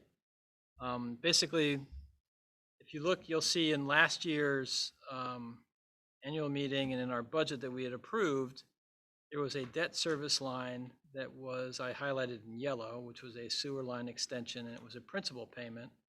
And as you can see, the principal had been fairly consistent in 17 to 18,000 a year. And then for some reason, it was budgeted at $95,570 in the 22 budget.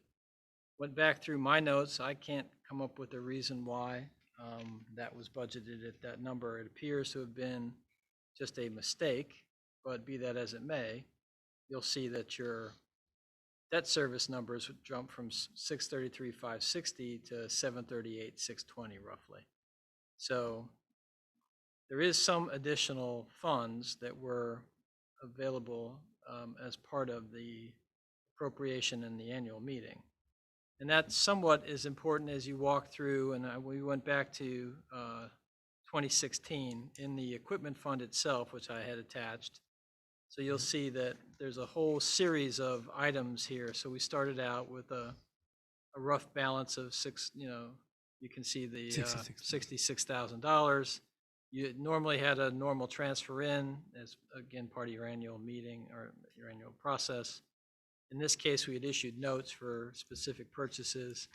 You'll see what we spent money on, and then you can see the fund balance as you walk through those appropriations. So you had a fund balance in 17 of about 85,000. Again, you walk through, you can see at the fiscal year 18, you had a fund balance of about 100,000. And then you walk through and you can see in 19, you had a fund balance of about 99,000, almost 100 again. Then again, you can walk through and see at the end of 20, you only had 15,500. It appears what's happened is in the previous years, you had authorized some 5-year debt to pay for some of your equipment purchases, but some of that debt had not been issued. So what happened was they had just issued the payment directly from the equipment fund. That's why you saw the balance fall somewhat dramatically in 20. Yeah. And then when you go through, you'll see in 20, we get down to the point where after we've paid debt service and bought equipment, you had a negative balance in the fund of negative 30,522. Again, as we had previously stated, that was some of those items were supposed to have been paid for with borrowing. That's how they were originally presented as part of a 5-year capital, but they were paid for basically with cash. So the good news, bad news scenario is, and the good news is you didn't have the borrowing, so it's not carrying forward. The bad news is it left you in a deficit as you went into this current budget year. So then what you see in front of you is you'll have, so far you just have your annual transfer. 2 items that we've already discussed that we're pursuing is the one is the used truck, which will be our snow truck, which is the roughly $67,000 purchase once you have the delivery of our used 2005. And then we also ordered, because of the long lead times, the crew cab, which is also part of our snow and plowing winter operations. And that one we had ordered in July because we were not even guaranteed that we could get it in delivery in time for snow season, because they're so backed up on inventory issues with supply chain. So be that as it may, once I apply that to what you'll see here, you'll end up with a positive cash balance in our equipment fund for the year, and we still have some additional money because we had over appropriated the fund balance as we had discussed earlier in that sewer line extension account. So you'll have some monies that'll be sitting there as well. Have no proposal yet on any additional uses or what you might want to do with that money. I think that's a conversation we can have as we move through the ARPA money and move through more involved budget discussion. But I just wanted to bring that to your attention because these are the kinds of things that have taken a tremendous amount of time as we've gone backwards to try to figure out some of the transactions in and out of these accounts and why we're seeing some of the numbers that we were seeing that didn't relate to what our understanding was based on the debt schedules that we thought we were working with. So it's sort of a good news, bad news issue. Like I said, the good news is we did not issue as much debt, so we don't have that burden going forward. The bad news is it did create that end of year deficit, which we're going to have to keep an eye on for our equipment purchases for this year. So the state program will certainly help with something like the ditching, that kind of acquisition, getting a piece of equipment at 80% state participation is tremendously helpful. But I just wanted to bring that to your attention as we keep going through these accounts, and we're getting close to the point where I think we'll have a full presentation of where we are with our 2020. We're ready to hopefully meet with the auditors and finance committee, go through all of our draft balances and close out our June 30, 2020 information. And then everything for 2021 going forward will all be up to date as well. So that's still in progress to get us to a point where I think we can be comfortable with our numbers. And as part of that process, each time we run into these kinds of things, I'm bringing them to the board because I want everybody to see and understand. And certainly, if there's questions or concerns, this is the opportunity for us to make sure everybody's on the same page. So Just I don't know if this is correct, but I will tell you what I was told. okay, The debt service line, the sewer line principal, extension principal of 95,570. yes, I pursued that to a little extent with Shannon, and from what I was told from her was that year is a 5-year balloon payment that was due, which is why it's so big a thing. Now, I don't know, I have I never don't think it seen. matched up to the schedule that Cynthia Well, I don't had. know, I'm That's why just she saying, that's raised that what I was, the question. answer I was given, because I thought that was really weird that it was Right. consistent, and all of a sudden we got a huge amount. Sue, do you remember that when we talked about that? There was a 5-year, she mentioned something about a 5-year balloon payment. The loans were set up on a low payment schedule, and the balance would be paid off in 5 years. I do, but I don't know the timeline on that. When that was Yeah, well, it's pretty well listed out there. That's why I was wondering. Yeah. So So it may be, I don't know if there's any paperwork that well, we states couldn't that. find a schedule that showed that, Peter. So we're still working on that. Yeah, okay, I just, Right. I'm just saying the information I received when I traced it down, so. Everything else so far, we've been able to pretty much verify. So our other numbers, I think, are pretty good. That's an issue that we're still not comfortable with. So Okay, no, I just thought I'd pass that on. Yeah, I thought the balloon payment was for fire trucks or something. No, not this. yeah, I don't remember. Yeah, like I said, we're still going through some of the schedules and trying to make a determination on that because that one we have not been able to verify. So we're still working on that. Question, Scott. Do we bid out? I noticed that I know that Craig Allen and Patriot are right down the road, but do we bid these purchases, or how do we go about shopping? Well, this was a used truck. This is somewhat of a new process for us because normally we go out and buy a new truck. So a new truck for this type of Western Star with a plow is about 155 to 165,000. So we bought this one, the used, with some warranty still on it, and we're going to see how it performs. So it wasn't a traditional purchase as we would go out for bid or under state contract. I see. The other one that you see from Benson's is under a state contract price. It's just getting in to be able to try to get it before build out. And, with so many supply issues, and that's why that one was done I see. in July. That's for the crew cab one? Yes. Yep. But Okay. normally- Yeah, we normally do bid out. Correct. Good. All right. Thanks. Yep.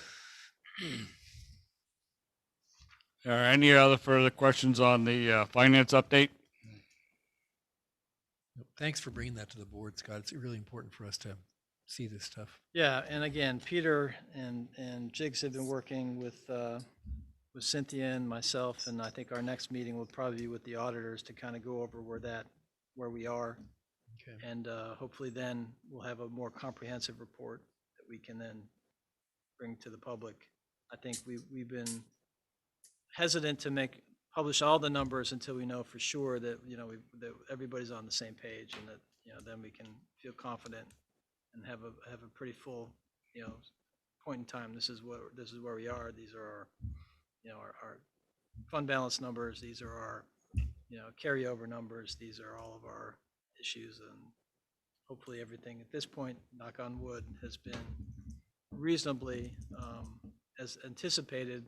Like I said, the only one that we're still tracking down is this $95,000 item, which doesn't match up to our debt schedules that we currently have. Thanks.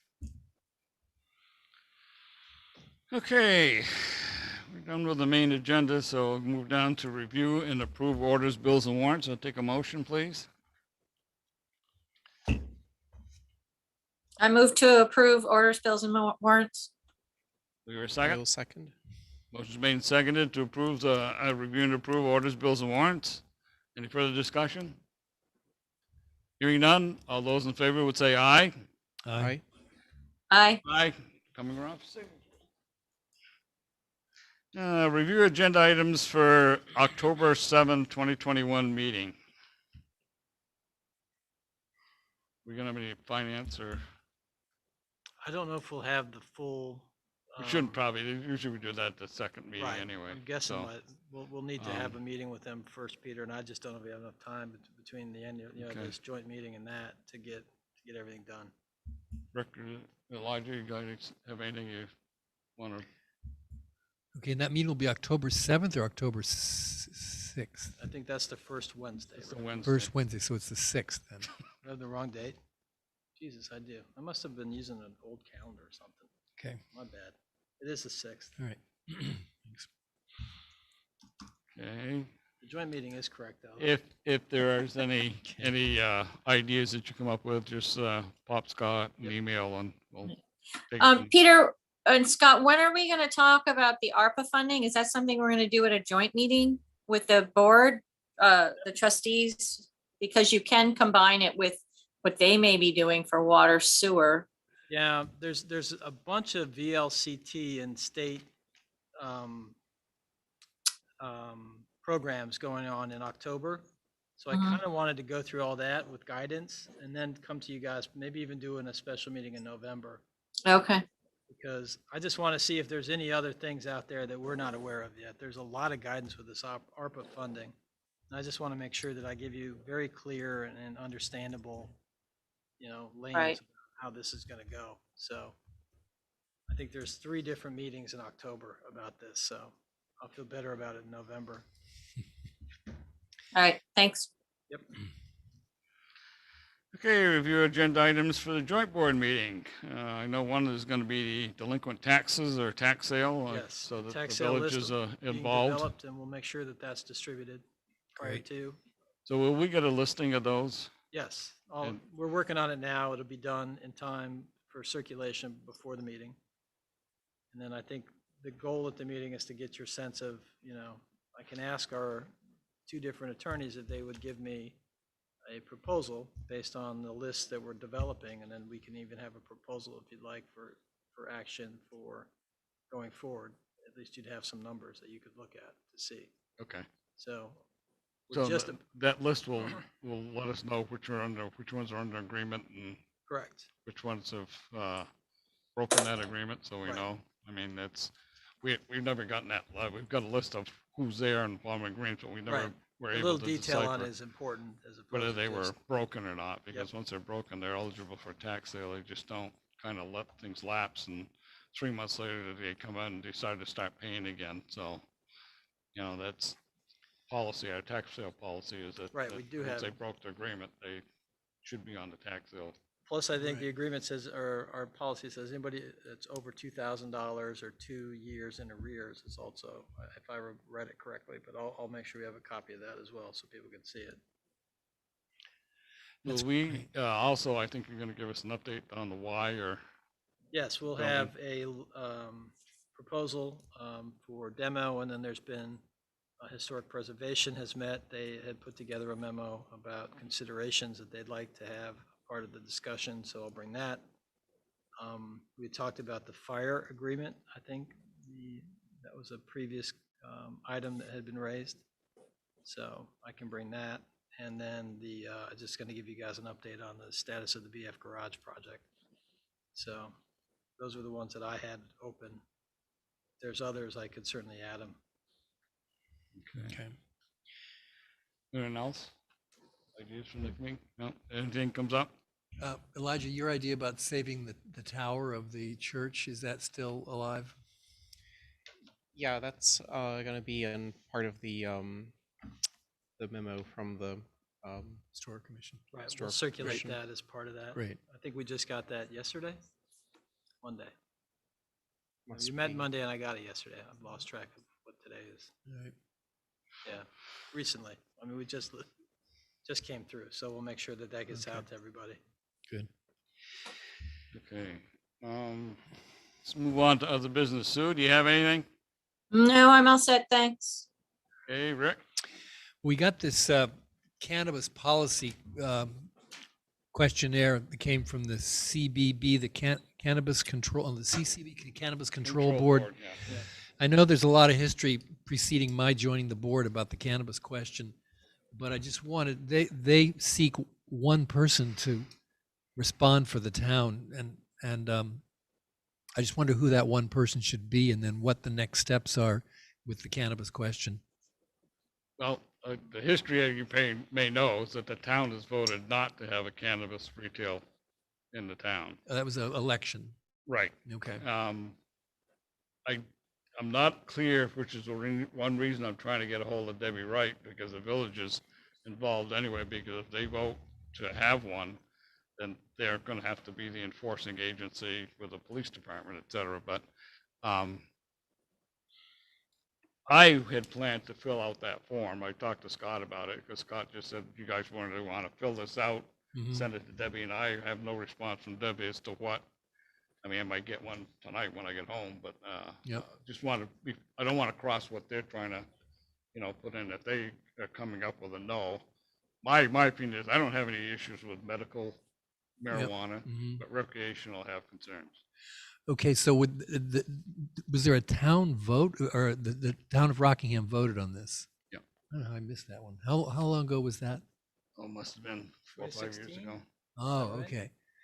All right, so the current law doesn't change that, but that's already been Well, there's a decided? couple of factors that are important for this cycle. One of them being that you would have to change or appeal for sales tax, a sales tax grant from the state in order to be able to gain any financial advantage from the sale. Mhm. There's only certain communities, I think there's 17 right now in Vermont that have that ability. So you would have to then, I think Londonderry is looking at doing that. They've got something, I think, for a special town meeting coming up. We talked about that last year, but I never went beyond the conversation stage. I don't think there was a consensus to go forward and bring it on as a referendum item or a town meeting item, so it never got to a vote for that particular piece. And then I think once that deadline passes, then the next stage is this cannabis control board. I don't know if that's the formal name of it, then starts to look at licensing from various communities that'll have an opportunity. Apparently, there's guidelines as to how they want to try to award some of these locations. So they're, even if you say you want one, I'm not sure you're going to be guaranteed that you're going to get one, kind of thing. So our 2016 vote says that we're out of the game, basically. That was for medical marijuana though, not, Specific to medical. Right. The other thing too, I should mention, there's a ordinance, I'm not sure if it's a town ordinance or a village ordinance or a town ordinance that incorporates the village that specifically states, where they can, establishment could be placed. It specifically states, no, it can't be within Near a 1,000 school. feet of a school or a church or, Yep. public facility, et cetera, et cetera. So, you draw a circle around it, it's gonna be someplace out of town, Way out of basically town. around the village, so. All right. And there's no tax advantage for the towns that are doing this, that have signed up. The state collects all the money, the municipality gets nothing except for the Unless sales they're one of the tax. communities that had the prior exemption from the state where they are allowed to share in that additional revenue. You'll get nothing additional. Okay, because towns like Brattleboro have that additional sale, the 1% additional. Is that the same Yeah. thing? They do. Okay. And we have decided not to do that. Right. Okay. I know a bunch up in Chittenden County do. I think there's 15 or 16 or 17 roughly statewide. It's not a tremendous number, Okay. so. Thanks. All right. Gene, Elijah, you have anything? And, oh, one final question. Yep, right. Did we buy a drone? We did. Mm-hmm. They were incredibly helpful during our storm The road. and damage repair Mm-hmm. process. And there's limitations to the one that we were using. Scott, I can't hear you I'm very sorry. well. Yes, Rick had asked me, there was an item on about purchase of a drone. And so we had been using a drone from the fire department to do damage surveys about some of the roads and some of the areas. And it ran into problems because it didn't have enough capability to go, for example, it couldn't go all the way to the top of Leach Road. It ran out of Battery? signal Oh, and man, capacity. Okay. So we were looking at the technology, and the price has dropped fairly dramatically. So these units are a little bit more robust, so they can go longer distances and give us GPS coordinates. They give great, obviously, you can record, so you can show the actual damage. That's great. And they were tremendously helpful for us getting our damage estimates in on this last storm in July. So Good. we wanted to buy another one to really, and anticipating we'll need more. Now, is it shared between the fire department and the highway department? Because it looks like Sean has signed off on this, or no? They've used it because they also use it to help with some property related issues. So when we look at health issues or health department issues, we can use the drone to give us a visual where we can't always get on a property. Okay. So, and also they've used it for search and rescue. This one's a little more robust, so you could actually go out and use it to look longer distances if you had to go out and try to find somebody. All right. I understand listers in some towns are using them, but that may be a controversial use. I think we'll stay away from that. Exactly. I don't want people throwing rocks at it, No, trying to knock it out of the I know. sky. The guy who builds the equipment shed on his back 40 and no one knows about it, Sometimes Listen, catching those guys. it's Well, we'll see how many wing shooters we got in town. it's a little bit of a big brother thing, but it has been tremendously valuable for these storm events and other kinds of events. They really Okay. are. Good. Thank you. Yeah. It's interesting info. So, no other business, so there's no need for an executive session tonight, so I'll entertain a motion to adjourn. I move that we adjourn. Second. Motion's made and seconded to adjourn this meeting. All those in favor would say aye. Aye. Aye. We're done, folks. Thank you very much.